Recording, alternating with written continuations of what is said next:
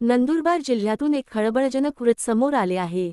स्थानिक गुन्हे शाखेने मोठी कामगिरी करत गावठी पिस्टल व 3 जिवंत काडतुसांसह एका व्यक्तीला ताब्यात घेतले आहे। ही कारवाई 7 जानेवारी 2026 रोजी करण्यात आली। स्थानिक गुन्हे शाखेचे पोलीस निरीक्षक हेमंत पाटील यांना गुप्त बातमीदारामार्फत माहिती मिळाली होती की विसरवाडी पोलीस ठाणे हद्दीतील बालामराई गावात दिलीप अर्जुन गावित नावाचा इसम विनापरवाना गावठी पिस्टल बाळगून दहशत निर्माण करीत आहे।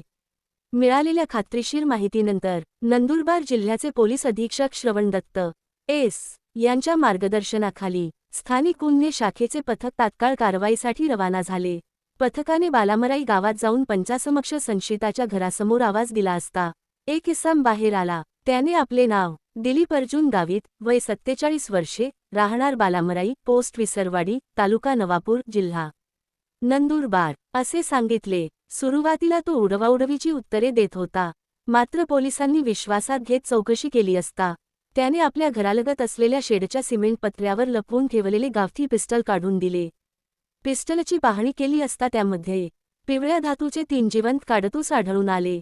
यानंतर आरोपी दिलीप अर्जुन गावित यास ताब्यात घेण्यात आले असून त्याच्याविरुद्ध विसरवाडी पोलीस ठाण्यात भारतीय हत्यार कायदा कलम 3 चे उल्लंघन, कलम 25 तसेच महाराष्ट्र पोलीस कायदा कलम 37(1)(3)(135) प्रमाणे गुन्हा दाखल करण्यात आला आहे।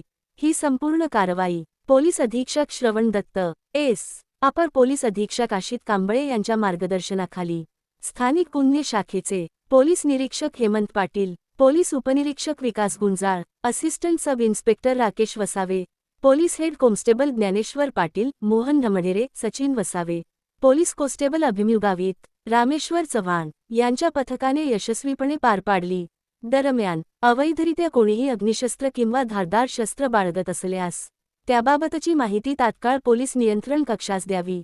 माहिती देणाऱ्याची ओळख पूर्णपणे गोपनीय ठेवण्यात येईल, असे आवाहन नंदुरबार जिल्हा पोलीस दलातर्फे करण्यात आले आहे।